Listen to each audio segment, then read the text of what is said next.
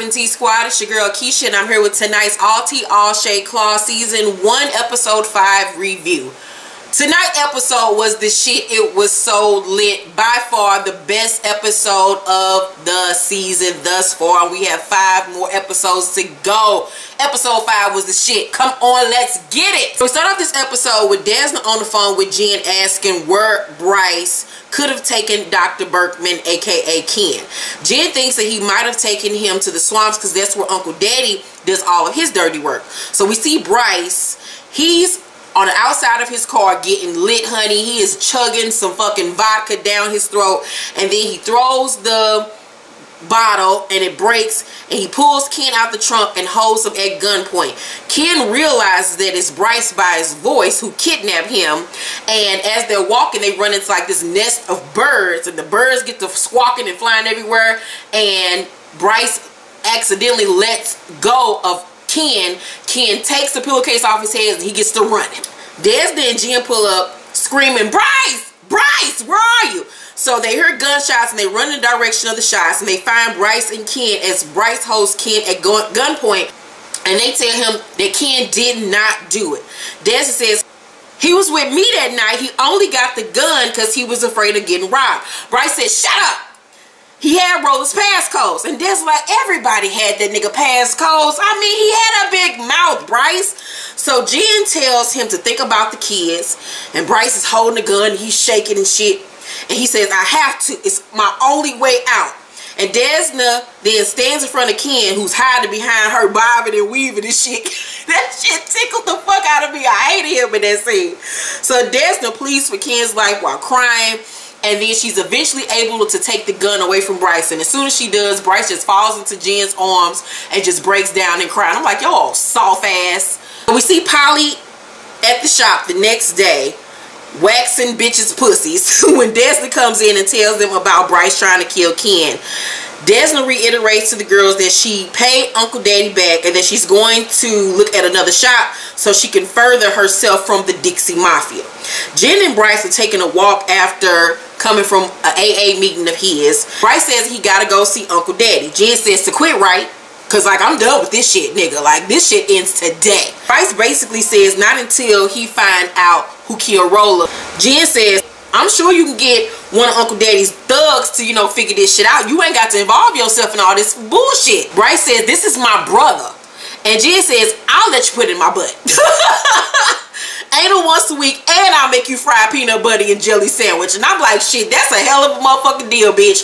Cause ain't no motherfucker get up in my motherfucking booty hole, up in my pretty round brown. Fuck no. No entry, only exits, baby. We don't play them type of games over here. So you know Jen is desperate, goddammit, to let him go up in her little pucker. So Bryce says, I'm gonna be fine, just trust me. And he kisses her and grabs a handful of that milky white ass. And I'm like, come on, Bryce, but you don't know what to do with all that junk. Chip and this detective by the name of Arlene roll up to the shop because they about to go and question all the other businesses in the little plaza. And the detective Arlene got her eyes on Quiet Ann, who's sitting outside the shop like she normally does. And she like flirts with her, and Quiet Ann looking like, bitch, you don't want none of this. You don't want none of this. So Mandy takes Desna to look at a new nail salon. And the owner, who is a Korean lady, strolls up to Desna and say, so, you black, you do nails? And Desna say, you Korean, you sell her? Brazilian, Malaysian, Filipino, Cambodian, what do you like? Desna say, oh, give me some, bitch. And they high-five each other. I'm like, I know that's right shit. Go in the back and pull me out some butters, bitch. The lady says that she supports everyone in her family, and Desna, of course, relates it. So they immediately hit it off. And so in the midst of their meeting, Desna gets a phone call from her neighbor, Carl, who was clearly gay. And he calls her and lets her know that Dean crazy ass is up on a billboard wilding the fuck out. She arrives and he is spray painting the word evil people on the Coons' billboard. So Desna begs for him to bring his ass down, but he won't because he feels the Coons need to pay and that they shouldn't be there for how they treated him. She lies and tells him that Virginia was asking about him to get him to come down. He's like, bitch. But eventually he believes her, and he comes down. But now before saying, can I at least draw a testicle on them before I come down, she's like, just one, nigga, just one. Back at the shop, the girls tell Desna to take him back to the doctor. And she says that he won't go. Jen calls bullshit and tells her that she enables him. Polly suggests that she put him in a home with other autistic adults, but Desna refuses because to her, it's just like being back in the foster system. And you know, for foster children, they hate to be separated. They don't want to be separated because they're all they have. And so I understand where she's coming from. That's her brother. That's her only family. She is not going to separate them. She shows him a pic of the shop that she went to go see. And Jen is not impressed. And neither are the other girls. And Jen says, this looked like a hole in the wall where they traffic girls and give happy endings to cops. Desna is offended. And Quiet Ann says, you always told us to keep 100. And you are better than this. Like, you ain't got to settle for this bullshit. Like, this basically a notch up from where we at now, bitch. So Desna's like, well, this is all we got. And then she gets a text from Uncle Daddy saying he needs to see her in Saigon, meaning in Virginia, down at Shishi's immediately. Jen like, I'm gonna go with you because my family has just been off the chain here lately. They arrive at Shishi's and Uncle Daddy tells them that a sign over at the Big and Tall shop told Chip that he saw Desna and Virginia go at each other the day Rolla died. Virginia says, you know, we had a disagreement. Chip says, we heard it was a little more than that. It was a fight. Uncle Daddy says, over Rolla, who I understand was dipping the both of you. And so he got that pinky finger up while he talking with that nail on it, like he that old Chinese man from Big Trouble in Little China. That movie with Kurt Russell. Oh my God, I cannot stand Uncle Daddy. So Chip say, the guy from the Jewish Center said you beat Virginia up pretty bad, and when she got in the car, you said stay away from him. Desna plays dumb, and Bryce says, we're just trying to find out who killed Rolla. And Jen says, it sure in the hell ain't them. You let Uncle Daddy and his okey doke ideas mess with your head. And Uncle Daddy's wife say, my man ain't okey doke. You got my nigga fucked up, bitch. Uncle Daddy say, you better slow your roll there, blondie. And Uncle Daddy wife say, she better pop her in the face. Uncle Daddy wife don't play that shit. You got her fucked up. I'm like, oh my God, bingo, ding, ding, ding, ding, ding. This is how Uncle Daddy got his name. Bryce and Rolla's mama married their father's brother, aka Uncle Daddy. I cannot with this bitch. She's so trifling, but shit, I'm just like Uncle Daddy wife shit. I would have fucked two brothers too. So Uncle Daddy say, I knew Rolla was into drugs, so maybe he got beef with his candy man, and he's the one who killed him and took that 50 G's out his safe. So Virginia said he did say he was having problems with his drug dealer. And Des look at her like, bitch, haven't you learned to shut your goddamn trap? Uncle Daddy said, you got a name? And Virginia act like she don't remember. And then he tell you better start remembering, bitch. So Jen tells Bryce to stay at Uncle Daddy's house since he's stuck on stupid. So Uncle Daddy's wife says to Jen on her way out, you better bring your ass back here and apologize to my son. And Jen walk out there, bitch, like, fuck you, take these two up your ass, bitch. And Uncle Daddy wife say, those hussies know more than they're letting on. So Jen forgot her cigarettes and has to go back into Shishi's. And so Desna and Virginia are outside in the back alone. And she says to Virginia, what the hell is wrong with you?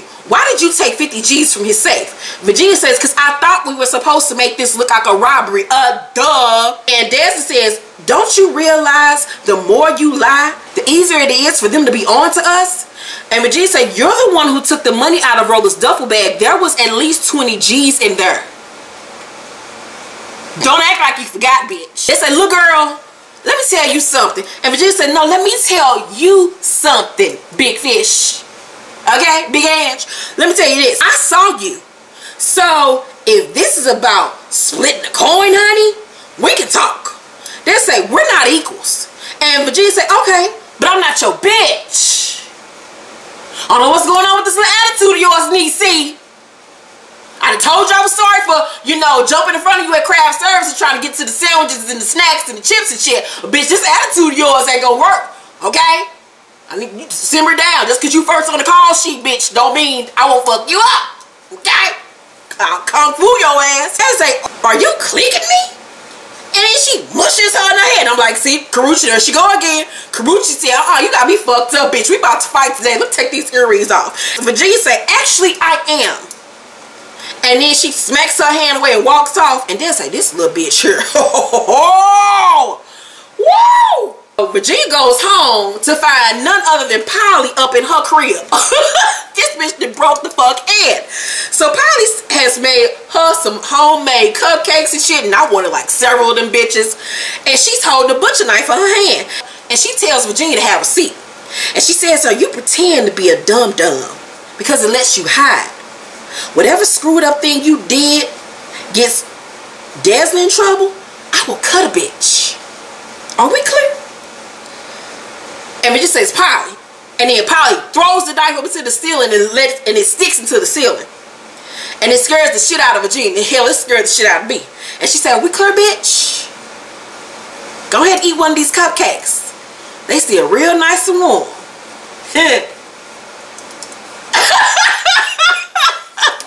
I live for Carrie Preston. Yes! She's my spirit animal. I love her so fucking much. I love her. So Desna tries to get Dean to do his exercise that the doctors wanted him to do, but he doesn't want to at first. She then gets him to do it, and she shows him a picture of the Coonses and has him repeat these mantras after her. And so I just love that scene, especially when Dean says, I like you, Des. That was just a really cute added touch that just tugged at your heartstrings, and it was a really nice moment. Loved it. So then Polly comes into the shop the next day looking so pretty in her little swing dress. And she says to Virginia, you don't look so good, pretty baby. Rough night? I see you, bitch. I see you, chow young fat.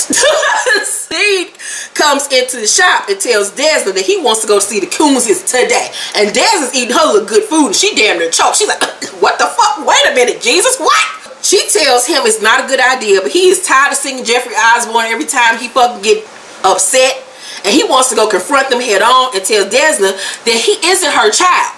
She then remembers, like, he is a grown-ass man. I can't continue to coddle him. So they go to the Coons' open house, but they don't recognize Desna and Dean right off the bat. Dean says, you made us sit and pee. And then the husband says, I think you need to take him out. Who are you? And Desna says, we were your foster kids. And he said, we had 50 beautiful foster children, but I'm sure we don't remember you two. Dean says, you made us shit in the backyard. And then the people that were looking at the house like, you know, I think we should go. So when they leave, the wife turns to Desna and say, oh my, little butterball Desna and Ricky Retardo.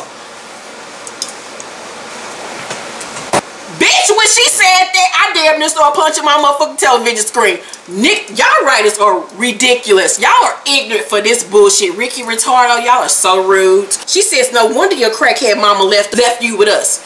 Bitch, ooh, we would have been fighting. I would have been, what's up? What's up, bitch? What's up? Desna say, you still doing coke, bitch? And then the woman say, that's what rich people do. And your brother would still be peeing in his pants if I hadn't beat him straight. And I was like, oh, so y'all was beating on him too? Y'all got to die. Somebody kill him immediately. They say, I should whoop your ass for what you did to us. And then the husband say, the state loves us. We go to Margo there motherfucking weekend. We fucks with the Trumps. Don't get it twisted. Now get the fuck out. And so on their way out, Desna is telling Dean, you know, I will protect you, Dean. I got you. Stop tripping. And he says, you don't protect me. I protected you. She's like, what are you talking about, Dean? And he's pacing back and forth. And he say, don't tell her, Dean. Don't tell her. Don't tell her. She can't. No, don't say anything. She can't know. She can't. No, don't say a word. Don't do it. She's like, Dean, you can tell me. This is not like it was. Like, nothing is holding you back. Just tell me what it is. And he said, they had sex with me and told me if I said anything, they do the same thing to you. And I was like, no. Desna started crying. I teared up. And I'm like, they just can't get a fucking break. I can't with this show. Oh my God. And then to make it even worse, Dean then wets himself. And he's like, oh my God, Desna, I'm so sorry. I'm so sorry. Desna, I'm sorry. I'm so sorry. Please don't be mad. I'm sorry. I'm sorry.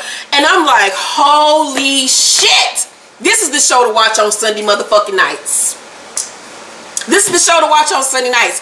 Every week it gets fucking better. There's an added bonus, something added to the story that further relates us to these characters and draws us in and makes us root for them or hate them. I love this show. And Hera Perdue, I hope I'm saying your name right, you did a fucking awesome job with this scene. I love the fact that they're bringing autism forefront on this show.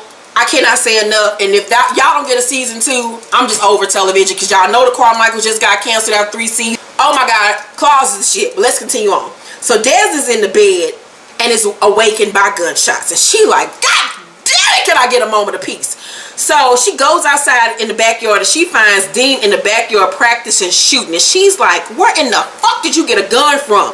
And he says, a sporting goods store. And she said, didn't they check your ID? And this was such a good part, because it points out how there needs to be stricter gun laws in the United States, and how an autistic man could just go into a store and buy a gun with no kind of information, no kind of whatever, and they will just give you a gun, when a man like him should not be having a gun. So Dean says, I don't feel safe. And Des said, they can't hurt you, Dean. And she said that he says they already did. And I was like, oh god.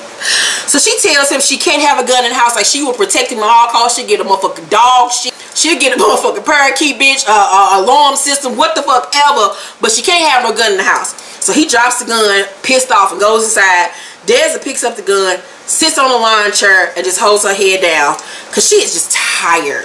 Every week I feel tired for Desna. Every week I want to take a nap for her. Every week I just want somebody to rub her big ass feet and tell her, bitch, it's gonna be okay. Like, Jesus Christ. So Desna meets Virginia, and she says, we're pinning Roller's murder on my foster parents. We're gonna make it look like they're Roller's drug dealers. We're gonna plant coke and the rest of Roller's money in their house. And Virginia's like, I don't think that's a good idea. I need that money. And Des say, bitch, I do too. Come on, China doll. Don't punk out on me now. We'll find somebody who can break into their house. Between the two of us, we gotta know somebody that can do it. And Virginia's like, I got somebody, I know who can do it. And then we see them go into the shop and Polly coming outside, and Des like, oh hell to the no, we ain't getting Polly involved in this shit. So Polly comes over to the driver's side window. She say, what's up, Tweedledee and Tweedledum? Des is saying, we can't let Polly help us with this. One false move and you'll be back and gas and sucking cheese off some prison bitch's souls. So Polly say, I guess I'm just gonna have to go to the police with what I know. And Des say, you can't blackmail us into letting you help us. And Polly said, I can try. Watch this. China doll killed Roller. And they like, bitch, shut the fuck up. Virginia say, how did you know? And she says, sugar please. I was like, yes, bitch, yes. Desna say, after I tried to drown her. And she like, Desna, bitch, really? You over here drowning niggas? You over here drowning good white dick? No. Polly's like, look, girl, I'm not gonna get in trouble. You're like my sister, Des. You gotta let me help you. So Desna breaks down and says, you know, how she can't let the Coozes get away with what they did to them. They have to suffer. And they both, Virginia and Polly, just hug her and tell her, you know, we got you, bitch. At the Coozes, Desna, Virginia, and Polly are all dressed in black. Dressed in all black like an omen. And baby, those weed earrings Virginia had on gave me life. So much life I had to put on my motherfucking choker with the weed pinned it on. Bitch. Yes. Love them earrings. Crude, you send them to me in the mail, bitch. So Polly breaks in and steals the wife's vibrator. And then a dog starts barking at her, but she hypnotizes this motherfucker. The voodoo magic that's in Polly is unmatched. She plants the money into a vent. And as she's running outside, the coons pull up. And Virginia's like, bitch, pull off. Cold red, man down. Dad's like, bitch, I'm not leaving her. So Polly's able to run across the line and jump in the car, and then they speed off screaming, we did it, bitch, we did it. I'm like, you fucking did it. Get the motherfucking crackers. So Desna is in the bed, and we see her pull out a track phone. And she calls the police and gives an anonymous tip saying that she saw Roller's murder. So then we see Chip going to Uncle Daddy's house and tells him that they got a lead on Roller's killer. Uncle Daddy say, take care of it. And then Bryce gets up and follows Chip. And I'm like, Bryce, don't do it. Don't do it. You're going down the wrong path, Bryce. Mandy comes to the shop and tells Desna that Mrs. Troy is willing to take a deposit down that day and is willing to take off $500 off the asking price, but that the people over at the Glendale shop has put it back on the market and is willing to give Desna a try. So I was like, ooh, this is a good look, you know, situation going on here. Who do you choose? The people that was riding with you from the beginning, that shop isn't as nice as the Glendale one, but who fucked with you? Or do you choose Glendale, who's a nicer shop, costs more, but gave you their ass to kiss and felt like you were beneath them to be in their shop? That was a good situation to put Desna in, but Desna refuses to settle for less. And I feel like this is going to come back and bite her in the ass, that she shouldn't fuck with these people over in Glendale. But I do feel like she deserves the best. But once Mandy leaves, the girls just start cheering and jumping up and down because they get in their dream shop and they celebrate. There's like, hit the music, bitch. So they start dancing this shit to hey, sister, soul, sister, go, sister, soul, sister, hey, sister, soul, sister, soul, sister, soul. She met Mama lie down in old Moulin Rouge, strutting the stuff on the scene. She like, hello, Joe, you want to give it a go? Oh, woo, oh, get you, yeah, yeah, yeah, yeah. So they're dancing and shit, and then we see Chip, Bryce, and some of Uncle Daddy's gon' go over to the Coonses, and then we see the girls break into a sickening on 8 count, and I was like, bitch, I'm watching the formation tour. Come on, bitches. And give it to me, daddy. Give it to me, daddy. Pat the puss. Pat the puss. Roll your pussy. Roll the pussy. Back it up. Back it up. So, as they dance to this shit, we watch Chip and them start beating the shit out of Coonses, while Bryce stand there like shaking up. He's in a trance and shit. So then we see one of the goons come out with the duffel bag full of coke and the money. So he like, damn, they did do it. So this nigga just snap, pull out a gun, and points at the Coonses. They on the floor trying to back up. He kicking them and shit, just kicking them. And so then they on their stomach trying to crawl outside, and then Bryce shoots them both in the back like 5 or 6 times each. And I was like, damn, cuz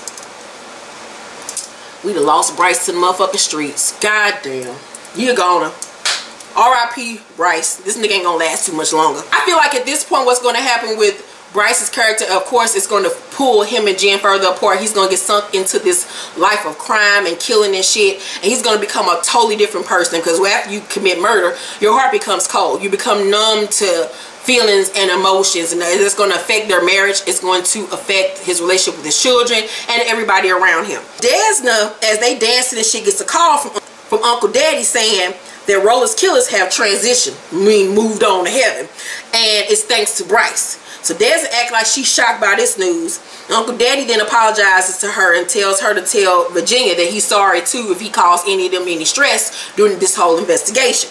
So when she gets off the phone, Jen asks Desna, did Bryce do it? And she's like, and she just starts crying. And I was like, damn, Jen, fuck, you just can't keep a nigga for shit. All your niggas gotta be ain't shit ass motherfuckers. Desna goes home, and we see her walk up behind Dean because he's at the table drawing like he always does, and she apologizes to him for what the Coons did to him and said they need to put the pain in the past behind them. And then we see none other than Roller shackled to a bed at this crazy bitch house that thinks she in Pride or Prejudice and some shit, and he like, who are you? I'm Roller, where the fuck am I at? And he locked up in this bitch house on some misery type shit. And I was like, boom, told y'all the nigga wasn't dead. I told y'all he wasn't dead. Y'all gonna start listening to me. Y'all gonna start listening to me.